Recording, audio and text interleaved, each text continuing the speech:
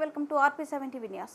నిర్మల్ జిల్లా దిలావర్పూర్ మండలంలో గత 5 రోజుల నుండి డబుల్ బెడ్రూమ్లను లబ్ధిదారులను ఆక్రమించుకున్నారు.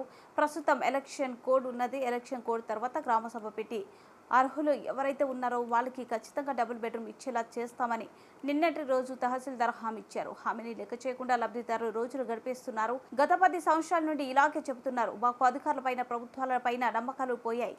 మీరు కేసులు పెట్టిన ప్రాణాలు తీసిన మాకు చెందవలసిన డబుల్ బెడ్రూమ్ వచ్చేదాకా ఇక్కడి నుండి పోమని లబ్ధిదారులు చెబుతున్నారు.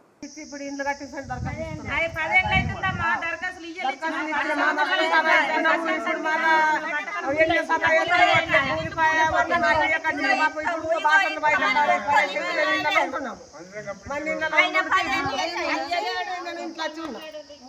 ఓళ్ళనే ఎట్లనే ఏంటి మమ్మల్ని ఉదయాన్నే పోని మేము పోతాం.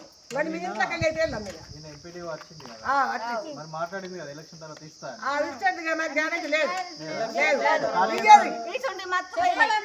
ఇయ్యేది కూడా ఇయ్యేది. పోలీస్ స్టేషన్ కూడా పోతాం. పోతాం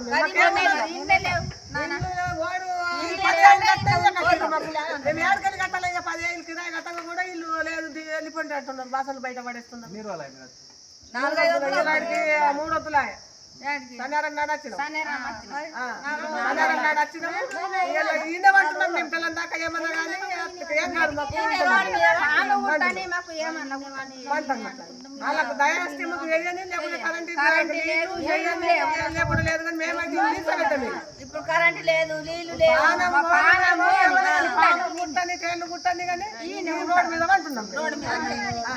వాళ్ళకు మరి ఇట్లా అంటున్నాం చీకట్లు అంటే కరెంట్ పెట్టండి, లేకుంటే అట్లనే అయినా ఇంట్లోనే ఉంటాం. కరెంట్ కానీ వాటర్ సౌకర్యం లేకుండా మీరు ఉంటారు.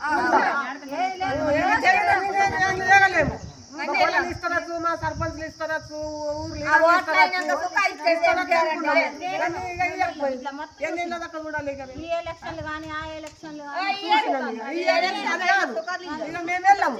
అయితే ఇప్పుడు దిలావర్పూర్ మండలంలో గత 10 సంవత్సరాల నుంచి దరఖాస్తు చేసుకున్నా కానీ ఎట్లాంటి ఫలితాలు లేవు. పాపం ఈ డబుల్ బెడ్రూమ్లు నిరుపేదలకు ఉపయోగం లేకుండా పోయాయి.